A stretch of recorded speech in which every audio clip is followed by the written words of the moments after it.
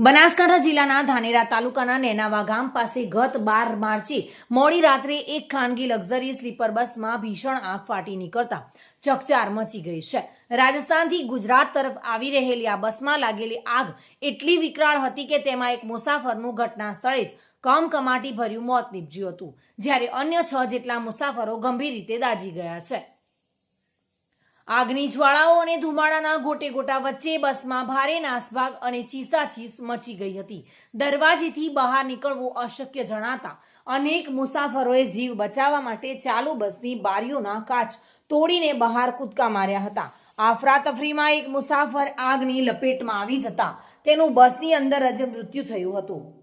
એક મુસાફરે જણાવ્યું હતું કે જેસલમેર લગ્ન પતાવીને અમદાવાદ પરત આવી રહ્યા હતા। જોકે ઘટનાની જાણ થતાની સાથે જ આસપાસના લોકો અને 108 ઇમરજન્સી એમ્બ્યુલન્સની ટીમ ઘટના સ્થળે દોડી આવી હતી। દાઝી ગયેલા તમામ 6 મુસાફરને તાત્કાલિક ધાનેરા રેફરલ હોસ્પિટલ ખાતે ખસેડવામાં આવ્યા છે। તબીબોના જણાવ્યા અનુસાર કેટલાક ઘાયલોની હાલત અત્યંત નાજુક છે। આગ પર કાબુ મેળવવા માટે ધાનેરા નગરપાલિકા ઉપરાંત પાડોશી રાજ્ય રાજસ્થાનના સાંચોરથી પણ ફાયર ફાઇટરોને બોલાવવાની ફરજ પડી હતી। કલાકોની જહેમત બાદ આગ પર કાબુ મેળવી શકાયો હતો, પરંતુ ત્યાં સુધીમાં બસ સંપૂર્ણપણે બળીને ખાખ થઈ ગઈ હતી। ધાનેરા પોલીસે ઘટના સ્થળે પહોંચી મૃતદેહને પોસ્ટમોર્ટમ માટે ખસેડી આગળની કાર્યવાહી હાથ ધરી છે। આગ લાગવાનું ચોક્કસ કારણ હજુ સુધી જાણી શકાયું નથી, પરંતુ પ્રાથમિક અનુમાન મુજબ શોર્ટ સર્કિટને કારણે આ દુર્ઘટના સર્જાઈ હોવાની શક્યતા છે।